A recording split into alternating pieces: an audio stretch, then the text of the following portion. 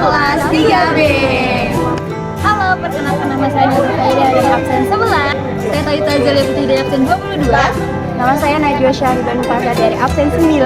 Dan saya Amanda Bipahra dari absen 25. Sebenarnya Charles Darwin itu tidak terlalu mengemukakan tentang evolusi peran gendernya. Namun Charles Darwin ini kan terkenal karena teorinya yaitu tentang evolusi melalui seleksi alam. Nah, dalam bukunya yang berjudul On the Origins of Species pada tahun 1859, karyanya itu juga memiliki implikasi untuk memahami evolusi peran gender itu. Nah, meskipun secara implisit itu teorinya Darwin tidak mengemukakan terlalu jelas gitu, bahwasannya kan gagasan Darwin ini itu tentang seleksi seksual dan peran kompetisi dalam pemilihan pasangan berpengaruh dalam memahami evolusi peran gender. Nah, teori seleksi seksual Darwin itu mengemukakan bahwa sifat-sifat tertentu itu berkembang karena sifat-sifat tersebut memberikan keuntungan bagi individu dalam bersaing untuk mendapatkan pasangan. Hal ini dapat mengarah pada evolusi peran gender yang berbeda terkait dengan reproduksi dan kelangsungan hidup. Misalnya kayak di banyak spesies itu kan pejantan bersaing untuk mendapatkan akses terhadap betina, yang mengarah pada evolusi sifat-sifat yang meningkatkan kemampuan bersaing pejantan seperti tampilan atau senjata yang rumit. Misalnya, dan sebaliknya, perempuan itu mungkin mengembangkan sifat-sifat yang membuat mereka lebih pemilih dalam memilih pasangan seperti preferensif terhadap ciri-ciri fisik atau perilaku tertentu pada laki-laki. Nah, meskipun karyanya Darwin itu tidak secara eksplisit membahas peran gender terhadap manusia, jadi gagasannya tentang seleksi seksual yaitu berpengaruh dengan psikologi evolusioner dan antropologi, di mana para peneliti itu menggunakannya untuk memahami evolusi peran dan perilaku gender manusia. Namun, penting untuk dicatat bahwa gagasan Darwin itu tentang seleksi seksual juga telah menjadi subjek penelitian dan perdebatan. Dengan beberapa peneliti menunjukkan bahwa hubungan antara seleksi seksual dan peran gender itu mungkin lebih kompleks ya daripada dugaan awal. Jadi, singkatnya itu meskipun Charles Darwin tidak mengembangkan teori spesifik tentang evolusi peran gender, gagasannya tentang seleksi seksual sangat berpengaruh dalam memahami evolusi peran gender pada manusia dan spesies lainnya. Feminisme. Feminisme berasal dari kata dalam bahasa Perancis yaitu féminin yang berarti kewanitaan atau menunjukkan suatu sifat perempuan. Feminisme merupakan sebuah gerakan ataupun ideologi yang bertujuan untuk mencapai tingkat kesetaraan gender dalam naungan hak asasi manusia. Isu mengenai feminisme ini sendiri masih terus berkelanjutan, masih terus menjadi perdebatan yang tidak berkesudahan. Dan perlu dipahami serta digarisbawahi bahwa feminisme tidaklah sama dengan emansipasi. Emansipasi adalah suatu pandangan yang mengusung peran serta pergerakan wanita di ruang publik. Sedangkan feminisme lahir dari latar belakang kejenuhan akan nasib kaum wanita di dunia barat. Feminisme mendukung persamaan mutlak, hak dan kewajiban antara laki-laki dan perempuan dalam segala aspek, baik dalam bidang politik, sosial, maupun ekonomi. Gerakan feminisme telah dan terus mengupayakan hak-hak untuk perempuan, baik hak untuk memilih, mendapatkan jabatan dalam bidang politik, hak untuk bekerja, memperoleh pendidikan, mendapatkan upah yang setara dengan menghilangkan kesenjangan gender, serta hak yang sama dalam pernikahan dan juga cuti kehamilan. Feminisme ini sendiri juga berupaya untuk mencegah wanita dari tindak kekerasan integritas sosial, pelecehan seksual, serta kekerasan dalam rumah tangga.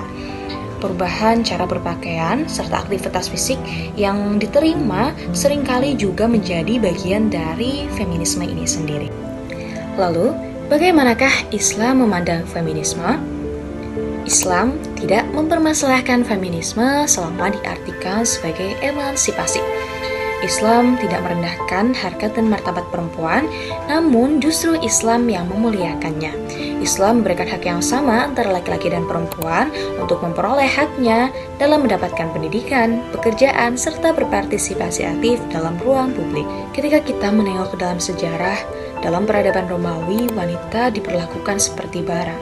Sedangkan dalam kebudayaan Cina dan juga Hindu, kehidupan wanita sangat bergantung terhadap suaminya. Sedangkan Islam memberikan hak yang sama terhadap perempuan dan juga laki-laki. Sebagai contoh, Sayyidah Khadijah radhiyallahu anha, istri Nabi Muhammad SAW, beliau merupakan seorang pengusaha yang sukses dan terkenal. Begitu pula dengan Sayyidah Aisyah radhiyallahu anha, istri Nabi yang paling muda, beliau adalah seorang perawi hadis yang sangat terkenal. Kedua wanita yang mulia ini menunjukkan dan membuktikan bahwa wanita dapat turut berpartisipasi aktif dalam seluruh aspek kehidupan. Islam selaras dengan feminisme dalam koridor emansipasi. Islam tidak menerima gagasan persamaan peran dan tanggung jawab antara laki-laki dan juga perempuan secara mutlak. Menurut Islam, laki-laki dan juga perempuan memiliki peran dan tanggung jawab yang berbeda didasarkan pada fitrah dan juga kodratnya masing-masing. Gerakan feminisme muncul dalam masyarakat patriarki sebagai sebuah perubahan dalam perjalanan evolusi. Oleh karena itu, evolusi dapat dianggap sebagai suatu proses perkembangan suatu karakteristik masyarakat dari keadaan primitif ke keadaan terspesialisasi seperti saat ini. Perubahan terjadi melalui persaingan sumber daya dan sirkulasi inovasi yang menguntungkan dalam pemikiran dan tindakan. Sejarah telah menggambarkan bahwa perempuan telah mengalami banyak nasib buruk di tangan orang lain. Data menunjukkan bahwa antara 60 juta hingga lebih dari 100 juta perempuan dan anak perempuan dianggap hilang dari berbagai populasi. Organisasi Kesehatan Dunia atau WHO dan ilmuwan dari berbagai lembaga lain telah terlibat dalam penelitian yang mendokumentasikan kehancuran yang menimpa perempuan di seluruh dunia dan dampaknya terhadap martabat perempuan melalui eksploitasi seperti ketidaksetaraan gender, penyerangan, kekerasan seksual, kekerasan dalam rumah tangga, pembunuhan, dan sebagainya. Gerakan feminis terus mendapatkan momentumnya sepanjang abad ke-20, didorong oleh semakin besar pengakuan terhadap ketidakadilan yang dialami oleh perempuan dalam masyarakat di seluruh dunia. Di Amerika Serikat sendiri, misalnya gerakan feminisme pada tahun 1960-an dan 70-an berfokus pada isu-isu seperti hak reproduksi, diskriminasi di tempat kerja, dan pelecehan seksual. Di Eropa, gerakan feminis memperoleh popularitas tinggi setelah Perang Dunia Kedua, di mana perempuan semakin memainkan peran nyata dalam pembangunan kembali dan revitalisasi di banyak negara. Strategi kunci lainnya adalah pendidikan dan advokasi. Banyak organisasi feminis yang berupaya mendidik masyarakat mengenai isu-isu seperti kekerasan berbasis gender, ketidakadilan upah, dan pentingnya keberagaman gender di tempat kerja. Ada pula yang memanfaatkan media sosial dan teknologi lainnya untuk meningkatkan kesadaran dan memobilisasi pendukung mengenai isu-isu yang menjadi pusat perhatian perempuan dan para feminis ini. Tonggak penting dalam sejarah feminisme adalah gelombang feminisme pertama yang dimulai pada akhir abad ke-19 dan berlanjut hingga awal abad ke-20. Gelombang ini sebagian besar berpusat pada hak pilih, di mana perempuan memperjuangkan hak mereka untuk memilih dan berpartisipasi dalam kegiatan politik. Gelombang pertama feminisme ini dimulai di Amerika Serikat dan dengan cepat menyebar ke seluruh belahan dunia lain, termasuk Eropa dan Inggris. Para pegiat feminis seperti Susan B. Anthony dan Elizabeth Cady Stanton berperan penting dalam gerakan ini dan fokus pada pengamanan hak-hak hukum dan ekonomi bagi perempuan. Upaya para aktivis ini akhirnya memasukkan ratifikasi amandemen ke-19 pada tahun 1920 yang memberikan perempuan hak untuk memilih di Amerika Serikat. Pada periode pasca perang, organisasi perempuan mulai bermunculan dalam jumlah besar. Dan feminisme gelombang kedua pun dimulai. Gelombang ini ditandai dengan kampanye feminis yang berfokus pada isu-isu di luar hak pilih, termasuk hak reproduksi, kesetaraan upah, dan keamanan dari pelecehan dan kekerasan seksual. Fokus utama gelombang kedua gerakan feminisme ini adalah perubahan sosial dan budaya yang bertujuan untuk menghapuskan patriarki, yang diyakini sebagai akar dari diskriminasi berbasis gender. Tokoh feminis terkemuka pada era ini antara lain adalah Betty Friedan, Gloria Steinem, dan Angela Davis. Tulisan dan aktivisme mereka berpusat pada upaya menyoroti kesenjangan sosial dan ekonomi yang besar antara laki-laki dan perempuan. Peristiwa penting dalam gelombang ini mencakup penerbitan The Feminine Mystic, gerakan feminis kulit hitam, dan keputusan pengadilan Roe vs. Wade yang isinya adalah hak aborsi pada perempuan. Gelombang ketiga pada feminisme muncul pada akhir tahun 1980-an dan berlanjut hingga awal tahun 2000-an. Gelombang ini berfokus pada isu-isu yang tidak tercakup dalam gelombang kedua. Tujuan utama dari gelombang ketiga ini adalah untuk memperluas dan meningkatkan apa yang telah dicapai oleh gelombang kedua. Gelombang ketiga ini dianggap lebih beragam dan inklusif karena mencakup interseksionalitas yang mengakui keterkaitan antara berbagai bentuk diskriminasi seperti kelas, ras, gender, dan seksualitas. Tokoh feminis terkemuka pada hari ini antara lain adalah Audre Lorde, Kimberly Crenshaw, dan Rebecca Walker. Gelombang keempat feminisme diperkirakan dimulai pada pertengahan tahun 2000-an dan berlanjut hingga saat ini. Gelombang ini ditandai dengan penggunaan media sosial dan platform digital lainnya untuk memobilisasi aktivisme feminis untuk mengorganisir aksi penggunaan hashtag, serta petisi online telah meningkatkan visibilitas terhadap isu-isu terkait ketidaksetaraan gender, pelecehan, dan kekerasan terhadap perempuan. Gelombang keempat ini juga menempatkan fokus yang signifikan pada hak-hak trans dan keadilan iklim dan kesetaraan ras. Tokoh-tokoh terkemuka pada era ini antara lain adalah Malala Yousafzai, Emma Watson, dan Tarana Burke. Tujuan dari gelombang keempatnya difokuskan pada kelanjutan kerja para aktivis gelombang ketiga dengan penekanan tambahan pada interseksionalitas, inklusivitas, dan aksesibilitas. Saat ini, feminisme sudah menjadi arus utama dan perjuangan untuk kesetaraan gender telah berkembang menjadi gerakan global. Kampanye dan aktivisme feminis telah menghasilkan perubahan sosial dan politik yang signifikan, termasuk peningkatan keterwakilan perempuan dalam posisi kepemimpinan seperti CEO dan anggota parlemen, serta peningkatan hak-hak hukum bagi perempuan termasuk perlindungan terhadap hak-hak perempuan. Perjuangan untuk kesetaraan gender ini adalah tentang mengakui martabat dan nilai setiap individu apapun identitas gendernya. Jadi gerakan ini dilakukan untuk menciptakan dunia di mana seseorang mampu mencapai potensi penuh mereka dan memberikan kontribusi kepada masyarakat dengan cara yang berarti. Jadi di sini saya ingin membahas tentang peran gender. Peran gender ini mempengaruhi kita sebagai perempuan ataupun laki-laki untuk berpikiran sebagai maskulin ataupun feminin. Peran gender ini merupakan kepercayaan secara sosial dan budaya tentang perilaku serta emosi pria dan wanita. Dalam kehidupan sehari-hari, perilaku seseorang sangat dipengaruhi oleh peran gender. Menurut Eckley di tahun 1987, peran gender ini terkait dengan stereotip gender. Stereotip gender ini bervariasi pada 4 dimensi, yaitu yang pertama ada sifat, perilaku, peran, yang ketiga karakteristik fisik, yang keempat ada pekerjaan. Dalam lingkungan masyarakat maupun keluarga, peran gender digunakan sebagai pedoman bagi laki maupun perempuan dalam berperilaku. Dan menurut Harris tahun 1995, terdapat 24 peran gender bagi pria.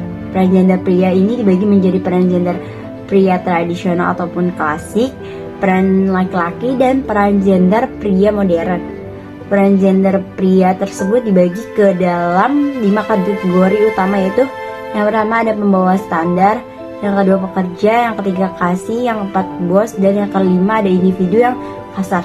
Sedangkan perempuan juga memiliki pedoman untuk melakukan tindakan dalam masyarakat. Dalam jurnal yang berjudul Gender Planning and Development Theory Practice and Training tahun 1993 terdapat 3 peran gender perempuan, yaitu yang pertama ada peran reproduktif, yang kedua ada peran produktif, dan yang ketiga ada peran masyarakat.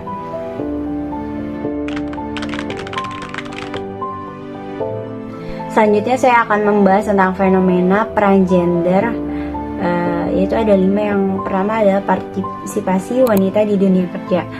Fenomenanya itu semakin banyak wanita yang terlibat dalam berbagai profesi, termasuk di bidang teknologi, manajemen, dan sains. Wanita kini memiliki lebih banyak peluang untuk mengejar karir di sektor-sektor yang sebelumnya didominasi oleh pria. Ini menciptakan keberagaman tempat kerja dan mengurangi stereotip peran gender dalam dunia pekerjaan. Yang kedua ada pergeseran peran dalam keluarga. Fenomenanya, pria semakin terlibat dalam tugas-tugas rumah tangga dan perawatan anak, sementara wanita dapat mengejar karir. Ada perubahan dalam pembagian tanggung jawab di dalam rumah tangga, di mana pasangan saling berkontribusi secara lebih seimbang untuk menciptakan dinamika keluarga yang lebih fleksibel dan inklusif. Terus yang ketiga ada pembaharuan stereotip gender di media. Dan fenomenanya adalah perubahan dalam representasi karakter pria dan wanita di media penampilan gambaran yang lebih beragam. Media kini lebih berusaha menghindari stereotip gender dan menciptakan karakter-karakter yang mencerminkan keberagaman dalam kepribadian, penampilan, dan peran sosial. Yang keempat ada kesetaraan gaji dan pemimpin perempuan. Fenomenanya yaitu peningkatan kesadaran tentang kesenjangan gaji dan dorongan untuk mendorong perempuan ke posisi kepemimpinan. Adanya gerakan untuk mencapai kesetaraan gaji antara gender dan meningkatkan perwakilan perempuan di posisi kepemimpinan. Hal ini bertujuan untuk menciptakan lingkungan kerja yang lebih adil dan setara. Terus yang terakhir ada pengakuan identitas gender. Fenomena yang terjadi itu meningkatkan pengakuan dan dukungan terhadap beragam identitas gender di masyarakat.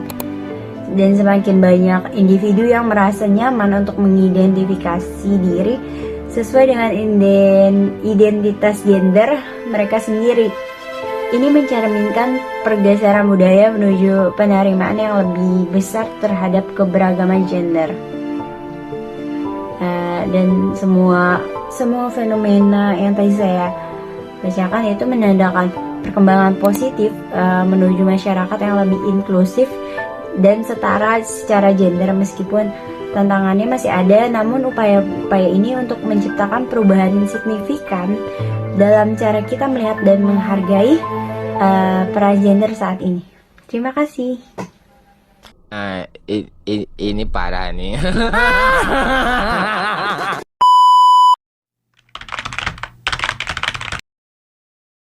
Menurut kamu, evolusi feminisme mengubah apa saja di zaman sekarang?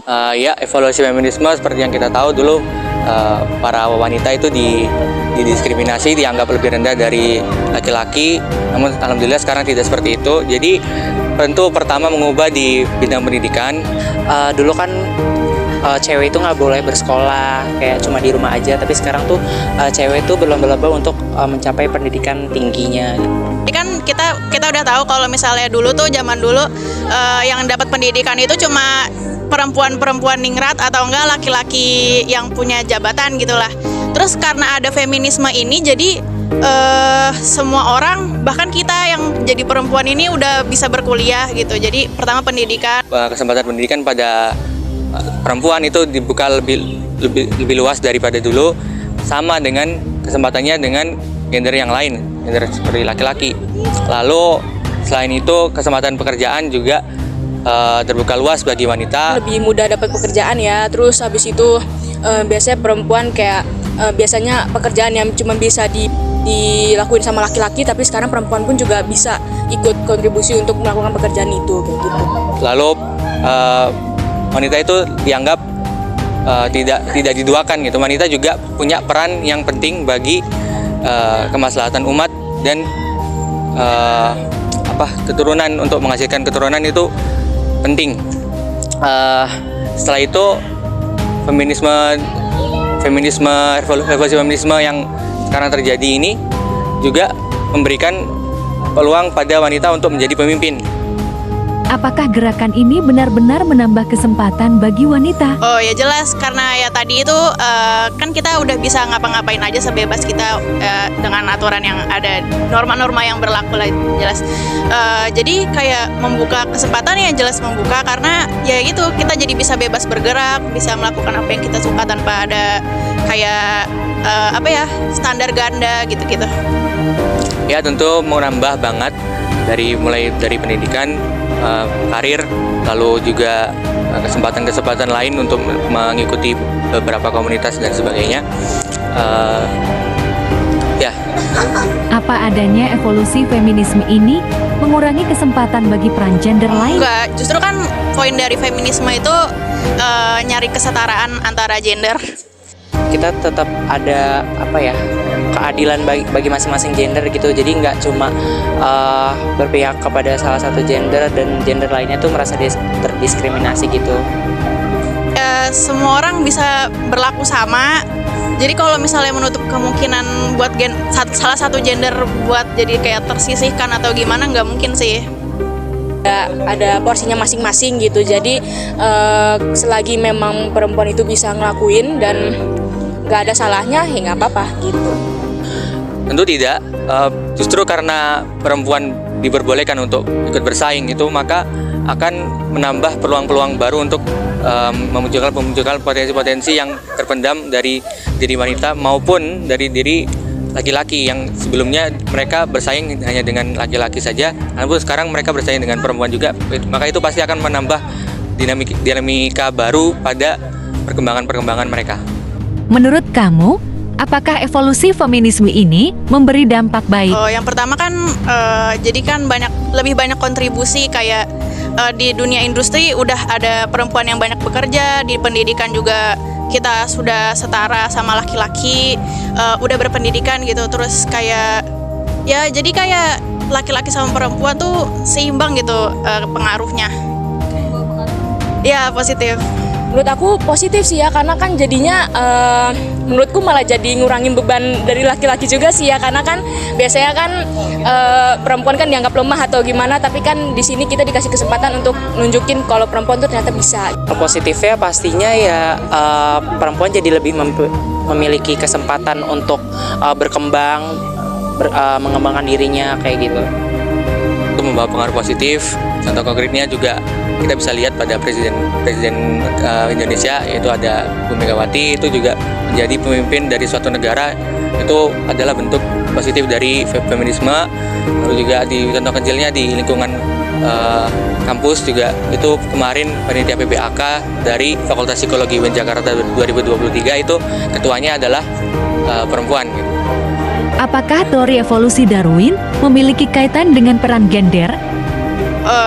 Berkaitan sih, karena kalau Darwin itu kan menjelaskan kalau secara biologis laki-laki emang kayak lebih punya power gitu, tapi dari dikaitin sama feminisme ini jadinya apa ya, jadi ada anggapan kalau kekuatan atau kayak secara biologis lebih kuat itu nggak seberapa pengaruh gitu.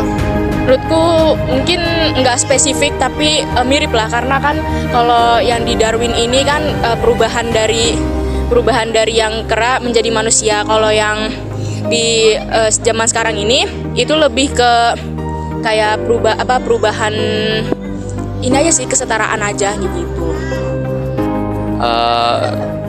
Menurut saya nggak terlalu ya, soalnya setahu saya itu teori Darwin itu menyebutkan tentang bagaimana spesies itu bisa berevolusi, bisa berkembang biak dan menjadi seperti sekarang. Itu seperti apa, itu perkembangannya itu seperti itu, karena dengan survival of the fittest dan sebagainya itu.